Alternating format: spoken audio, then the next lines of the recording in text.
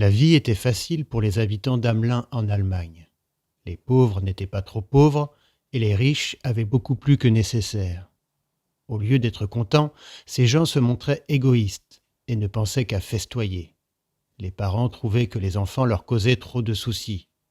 C'est alors qu'un horrible événement eut lieu à Hamelin. En cette veille de Noël 1283, les habitants étaient en plein préparatif de la fête. Partout, on pouvait humer les effluves de jambons et de dindes en train de rôtir, de gâteaux et de tartes en train de cuire. Au milieu de tout ce remue-ménage, personne ne remarqua un rat qui se faufilait à travers les portes de la ville. Il fut suivi d'un autre, puis d'un autre. Au bout de 5 minutes, il y avait une centaine de rats. Au bout d'une heure, ils étaient plus d'un millier. Et bientôt, la ville entière fut envahie. Les rats se glissaient sous les portes, grimpaient le long des gouttières et tombaient en grappe dans les cheminées.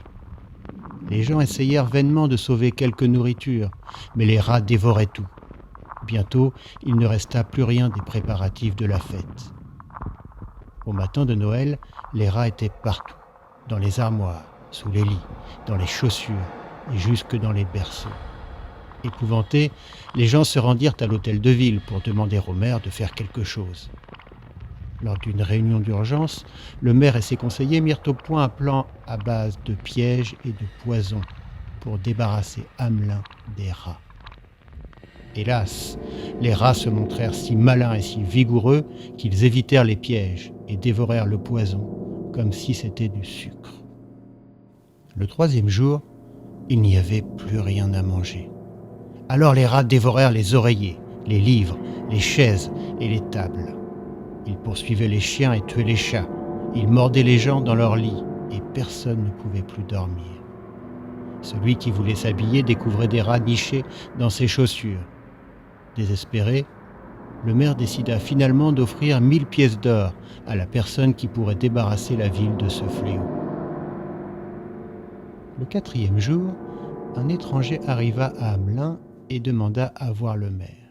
« J'ai entendu dire que vous offriez 1000 pièces d'or à celui qui délivrerait la ville de ces rats. » Le maire demanda « Cela est vrai, mais qui êtes-vous » ? « On m'appelle le joueur de flûte. Je sais comment vous aider. » « Très bien, » acquiesça le maire. « Si vous pouvez nous débarrasser des rats, vous toucherez la récompense. » L'étranger quitta l'hôtel de ville et se dirigea vers la place du marché. Il commença à jouer une étrange mélodie sur une simple flûte en bois. Dès les premières notes, les rats cessèrent de manger pour écouter la chanson du joueur de flûte. Puis, d'un même mouvement, tous accoururent des ruelles, détalèrent des maisons et s'élancèrent hors des boutiques pour venir se rassembler autour de lui. Bientôt, la place du marché fut envahie de centaines de milliers de rats. Jouant toujours, l'étranger se mit à marcher à travers la ville. Les rats le suivirent et franchirent derrière lui les portes d'Hamelin. Lorsqu'il atteignit les berges de la rivière, le joueur de flûte s'immobilisa, sans cesser de jouer de son instrument. Poursuivant leur galop, les rats se précipitèrent dans la rivière.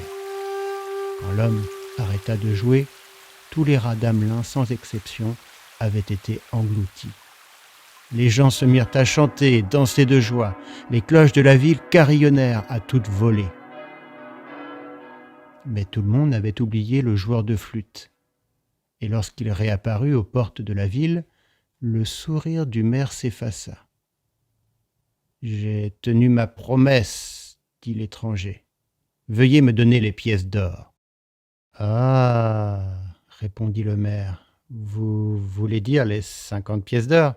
Tenez, les voici. » « Nous étions d'accord pour 1000, pas pour 50, » répartit le joueur de flûte. « Ne manquez pas à votre promesse.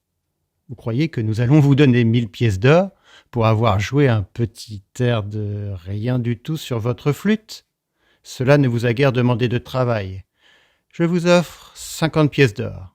C'est à prendre ou à laisser. » Le joueur de flûte fixa froidement le maire.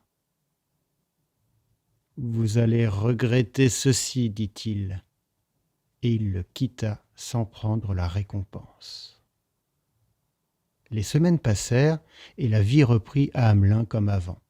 La ruse du maire avait fait économiser 1000 pièces d'or à la ville, et c'est le seul souvenir que les gens gardaient du joueur de flûte. Mais un matin, les habitants entendirent les doux accents d'une flûte, et ils comprirent que l'étranger était de retour. Comme il jouait son étrange et merveilleuse mélodie, tous les enfants d'Hamelin se rassemblèrent autour de lui en chantant, riant et dansant. Leurs parents tentèrent de les retenir, mais ils étaient sous le charme de la musique du joueur de flûte. Sans la moindre crainte, les enfants suivirent l'étranger.